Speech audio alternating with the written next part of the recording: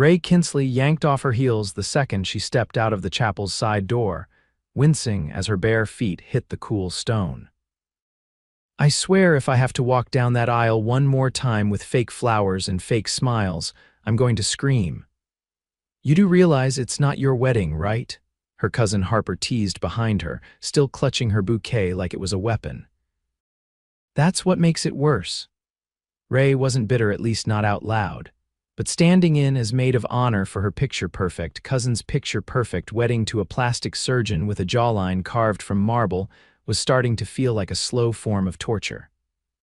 Her own love life was a disaster zone, her photography business was barely scraping by, and now she had to spend an entire weekend pretending to be thrilled for people whose biggest problem was choosing between crème brûlée or tiramisu.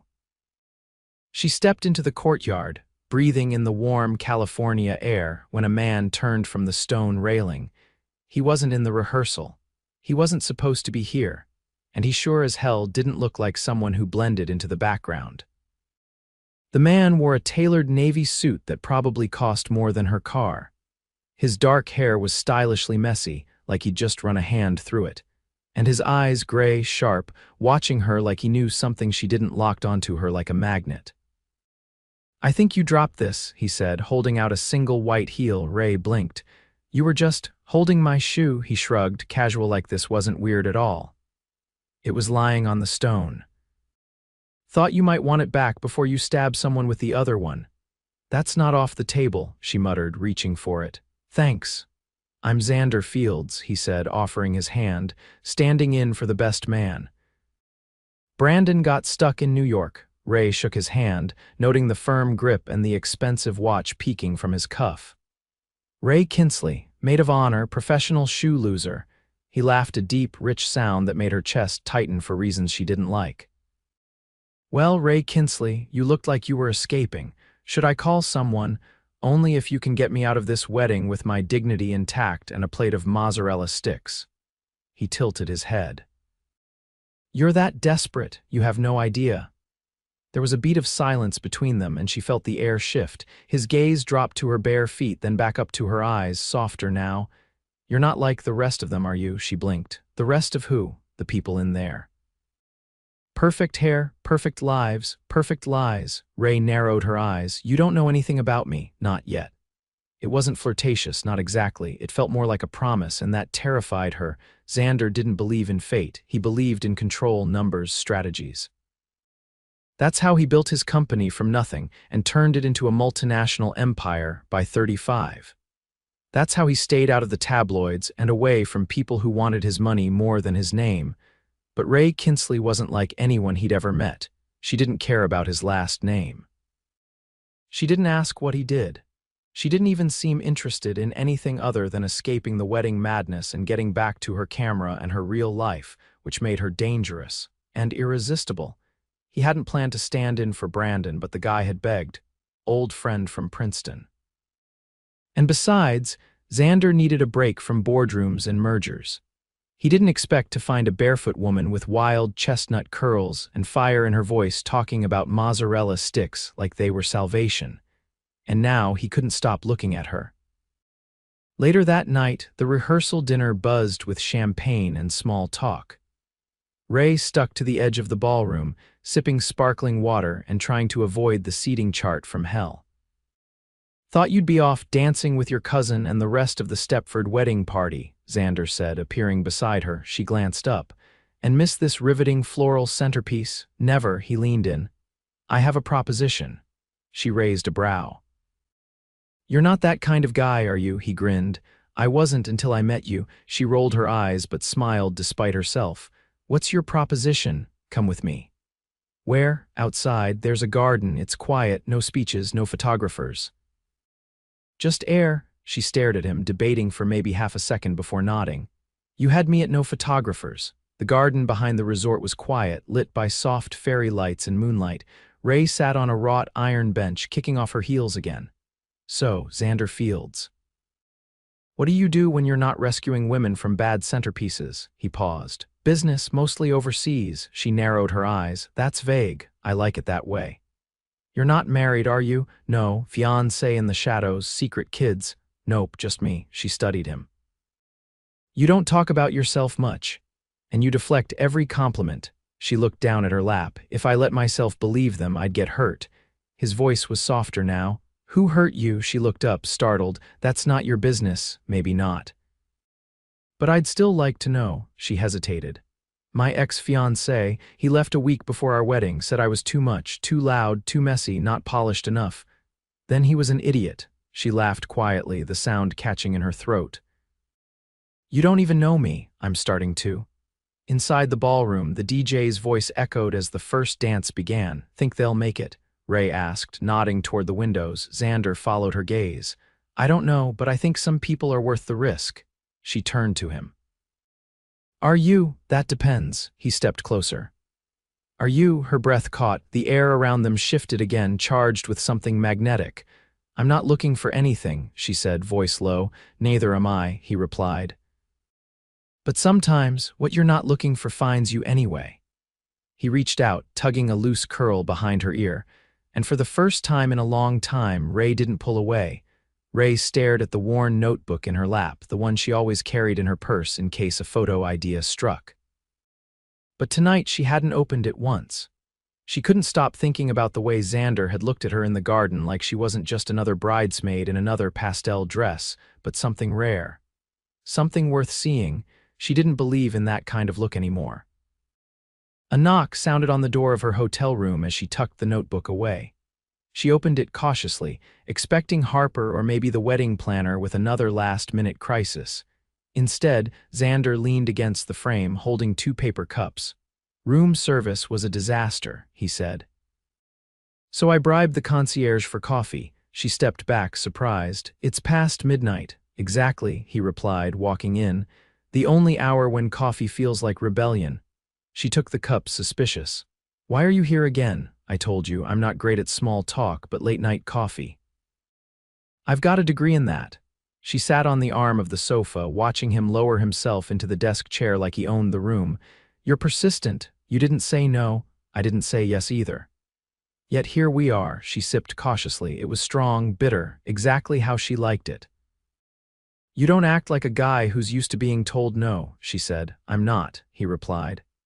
But I've learned that sometimes the most interesting people are the ones who say it anyway. She studied him. You always talk like that, like you're trying to figure people out. I used to, he said. Now I do it because it's easier than letting them figure me out first, she tilted her head. That sounds exhausting. It is. For the first time, his eyes didn't look sharp, they looked tired. Tell me something real, she said, surprising even herself. He paused. My mother died when I was 17. I haven't had a holiday I didn't work through since. She didn't flinch. I'm sorry, he nodded. Don't be. I buried myself in business. It worked until it didn't. What changed? I got bored. She leaned forward. Of money, of pretending it was enough. Ray looked down at her coffee, then back at him. You really don't care that I don't know who you are, do you? Actually, I prefer it. Why? Because when people find out, they stop listening to what I'm saying and start calculating what I'm worth. And what are you worth to the people who matter? Still figuring that out. She let the silence settle between them. It wasn't uncomfortable. It felt like standing on the edge of something and choosing not to jump.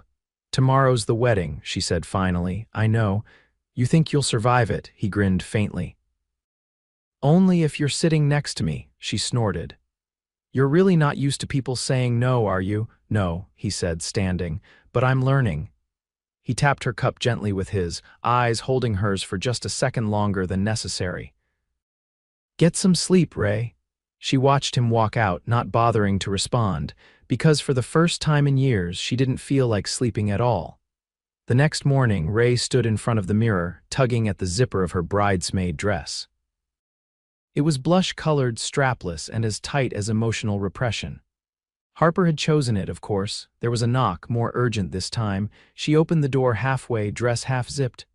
Harper, if you tell me to fix my hair again, I swear it's me, Xander said. She yanked the door wider in surprise. Why are you? I have 10 minutes before I'm supposed to be downstairs, but I need to ask you something, she blinked. Now, he looked like he hadn't slept. His tie hung loose around his neck, and he wasn't wearing his jacket yet. "I'm flying to Italy on Monday," he said. "Florence, I have to meet with someone about a project I've been putting off." "Okay, come with me," she stared at him. "What? Just for a few days, no pressure, no expectations. Just cameras and food and churches and space." "Xander, I can't just, you can. You just won't," she swallowed. "Why would you even want me there?" "Because when I talk to you, I forget what I'm supposed to sound like." She didn't know what to say. "I'll be downstairs," he said, backing away. "You don't have to decide now, but I had to ask before I lost the nerve." He turned and walked down the hall. Ray shut the door behind him, and for the first time in a long time, she felt like the ground was shifting beneath her feet and she wasn't sure if she wanted to stop it. The ceremony was beautiful, of course. String quartet, rose petals, the whole fantasy. Harper floated down the aisle and Ray followed behind, smiling for the cameras with practiced ease, but when she reached the altar, she glanced sideways. Xander stood at the groom's right, expression unreadable, their eyes met. And in that split second, everything felt louder, brighter, like the air itself had taken a breath. She looked away first, but not because she wanted to. Because if she didn't, she wasn't sure she'd be able to pretend for the rest of the ceremony. After the vows, during the reception, Ray stood by the fountain, watching the champagne spill like gold through the tears. Xander approached, loosening his collar. "You looked like you were thinking about jumping in." She didn't smile. "I was thinking about Italy." He leaned in slightly. And she turned to face him fully. "If I say yes, it's not because I want some whirlwind romance or a distraction from my life. It's because I'm tired of being safe." "I don't want safe," he said. "I want honest." She nodded once. "Then ask me again. Come with me to Italy?" Yes. He didn't touch her, didn't kiss her, but the way he looked at her in that moment made her feel like he had. And just like that, the wedding wasn't the most important thing happening that weekend anymore. Ray adjusted the camera strap across her chest and stepped off the private jet into the Florentine sunlight. The air smelled like warm stone and citrus, and the breeze tugged at the hem of her linen skirt. She didn't speak as she descended the steps, too distracted by the sudden realization that she was, in fact, standing on Italian soil beside a man she'd only met days ago, one who made her feel like she was finally breathing after years underwater. Xander walked ahead, phone tucked away, jacket slung over his arm. A black car waited just beyond the tarmac, sleek and polished. As he opened her door first, Ray didn't miss the way the driver nodded at him, deferential, not surprised, like this was normal. "This isn't your first time here," she said once they were seated, the city beginning to blur past as they entered the cobbled streets. "I come once a year," he replied, his hand resting on the leather between them. "There's a villa just outside the city. Belonged to someone who meant a lot to me." "I kept it. Villa," she repeated, raising an eyebrow. He glanced at her. "You'll see." As the car moved deeper into the hills, the buildings gave way to olive groves and cypress trees. Finally, through a wrought iron gate framed by stone lions, the car rolled to a stop in front of a sun-bleached villa draped in ivy and silence. Ray stepped out slowly. "This doesn't feel real." "It isn't," Xander said quietly. "But it's mine." Inside, the house was cool and quiet, with terracotta floors and wide, arched windows. She walked through the rooms with careful steps, like she might wake something. A hallway opened into a library where the scent of old pages lingered in the air. "You read all of these?" she asked, brushing her fingers along a shelf. "Most of them," he said. "The rest belonged to my father." She turned. "You've never mentioned him." "I don't usually." She waited, not pressing. He exhaled. "He was brilliant, also impossible. Taught me how to win and how to walk away from anyone who slowed me down. And your mother balanced him until she was gone." Ray looked out the tall windows. "That's why you stayed away from people." "Not all of them," he said, watching her. "Just the ones who didn't understand what silence meant." She turned to face him fully. "I don't like silence. It usually means someone's hiding something." He stepped closer. "Sometimes it means there's nothing left to prove." Ray didn't answer. Instead, she moved past him, drawn to the back terrace. The view was staggering rolling hills stretched to the horizon, dotted with vineyards and golden light. I could take pictures here for days, she said. Then do it, he replied. Stay as long as you want, she turned. You don't even know what I want. Maybe not, he said, but I'd rather find out than spend another year pretending I don't care. That night, they ate outside under a canopy of lights strung between olive trees. There was no staff, no catered meal, just a bottle of red wine he uncorked himself and a bowl of pasta he admitted to ordering from a nearby trattoria. I thought billionaires had chefs, she teased. I do, he said, but I wanted dinner, not a production. She swirled her fork through the pasta. You don't act like someone with money. I've seen what money does to people. I'd rather be underestimated. She looked up. Is that what you're doing with me? He didn't blink. No. I'm hoping you'll surprise me. Later, as they stood in the quiet garden, the stars thick above them, Ray pulled her camera from her bag. I want to remember this exactly the way it feels, she said. He watched her lift the lens. And how does it feel? Like I'm somewhere I'm not supposed to be, she said softly. But I don't want to leave. The next morning, Ray found herself wandering the vineyard behind the villa with her camera slung at her hip. Dew clung to the grass and the sun stretched low over the hills. Xander joined her in silence, hands in his pockets. I want to ask something, Ray said without looking at him. Go ahead. Why me? He didn't answer right away. Because you didn't look at me like I was a prize, he said eventually. You looked at me like I was interrupting your day, she laughed. I was trying to escape a wedding rehearsal, and I was trying to escape everything else. She stopped walking. So this, us, what is it? He stepped closer. That depends on what you want it to be. I don't know yet. I'm not asking for forever, he said, but I am asking for right now. She felt it then, the pull of something reckless and beautiful, the kind of feeling she'd buried under years of being let down. I'm not used to being seen, she said. Then let me be the first. The kiss came without warning, but not without meaning. It wasn't soft, it wasn't rushed. It was deliberate. Two people who'd spent too long pretending they didn't need anyone colliding in the middle of a promise. When they pulled apart, Ray rested her forehead against his. I'm scared, she whispered. He closed his eyes. So am I. But neither of them moved, and maybe Ray thought that was the point. The late afternoon sun cut golden lines across the edge of the villa's terrace, casting long shadows over the stone railing. Ray leaned forward, elbows resting on the warm surface, her camera beside her, untouched. She hadn't taken a single photo since that morning. Not because there was nothing to capture, but because she was afraid that once she did, it would all start to feel like a memory instead of a moment. Behind her, the door opened. I thought I'd find you out here, Xander said, his voice low but steady. I needed air, she said without turning. And maybe a little distance.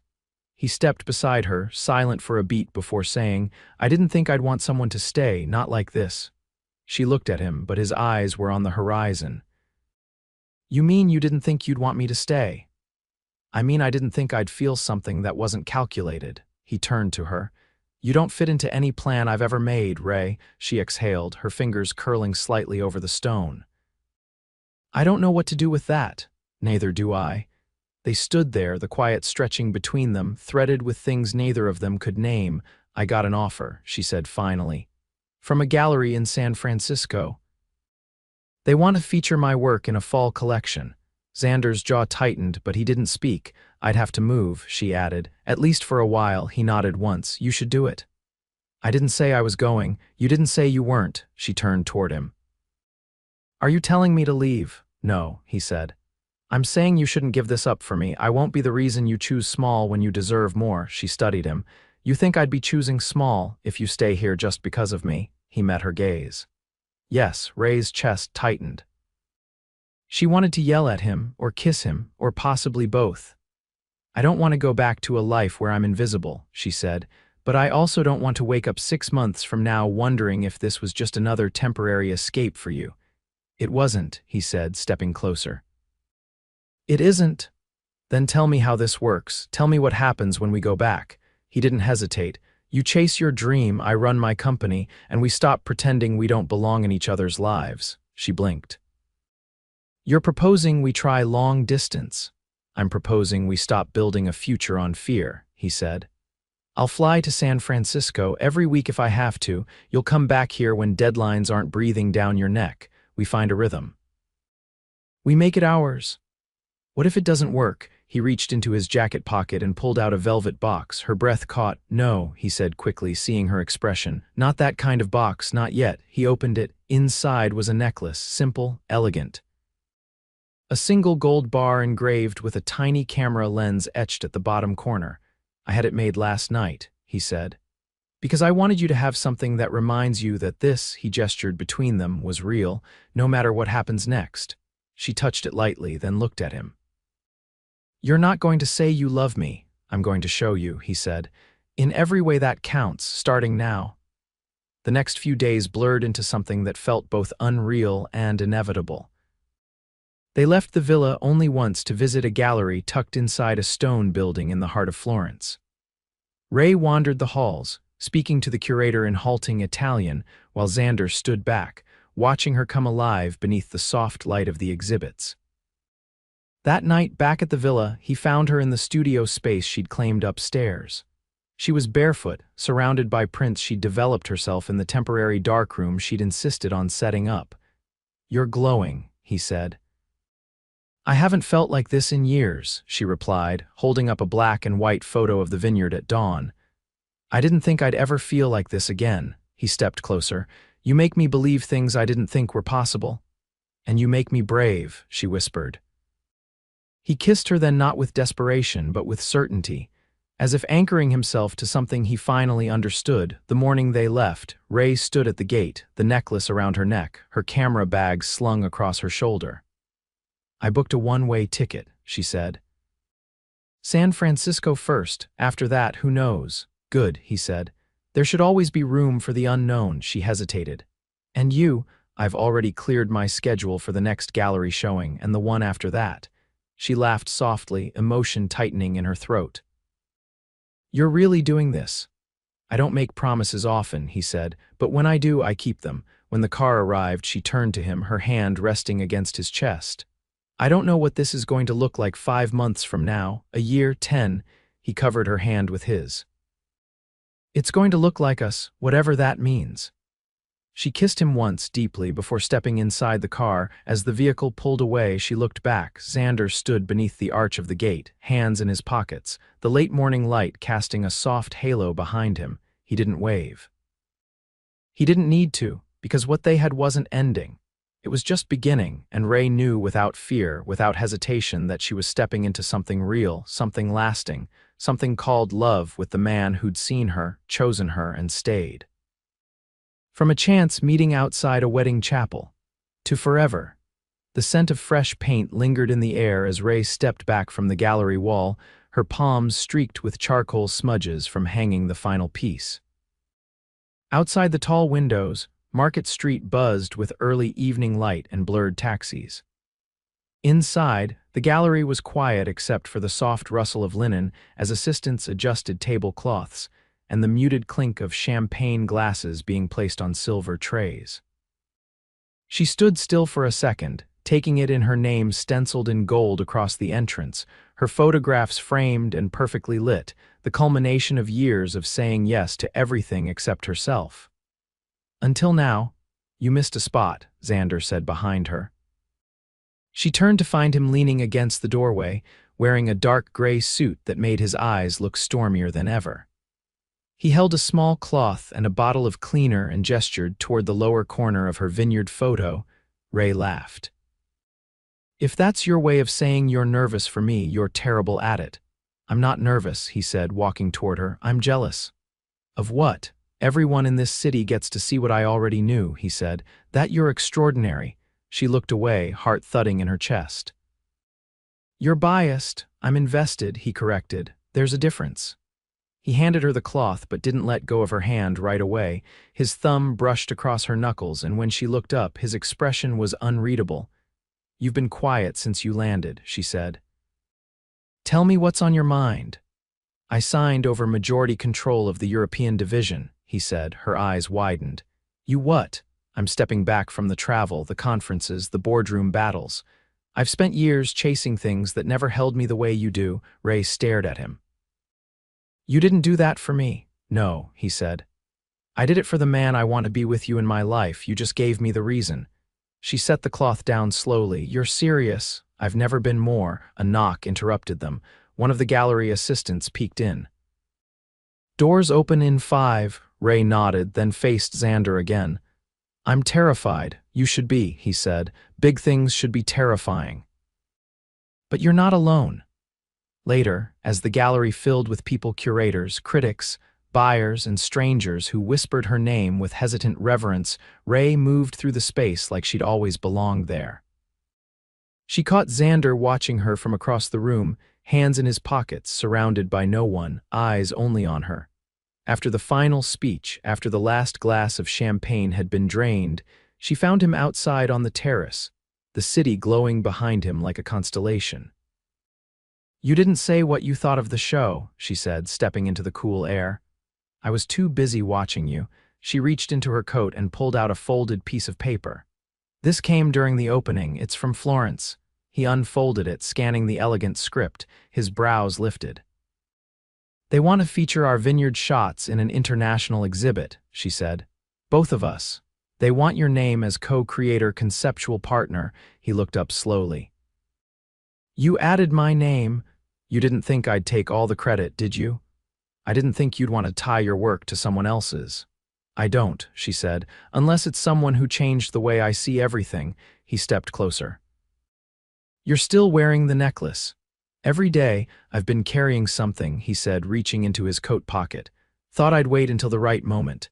He pulled out a small wooden box, not velvet, not flashy, simple, honest. Before you panic, he added quickly, it's not a ring.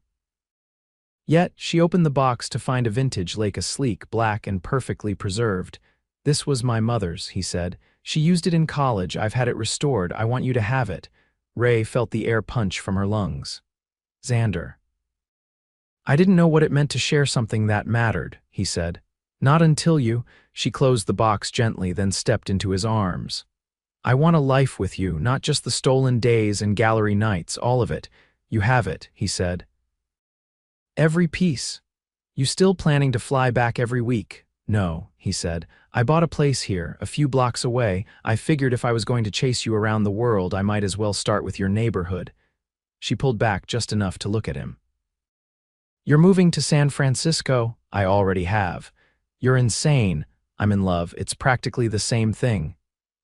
She pulled him into a kiss, not because it was perfect timing or the perfect scene, but because everything in her had been waiting to feel this sure, this strong, this rooted. They stood wrapped in each other as the city spun beneath them, alive with promise. 6 months later, Ray stood barefoot in the middle of a sun-drenched studio, her camera slung across her shoulder, her eyes fixed on the man painting the new wall with primer. You missed a spot, she teased, tossing him a rag. Xander caught it effortlessly. You say that every time. It's always true. The loft echoed with the soft hum of an old record player and the clatter of brushes.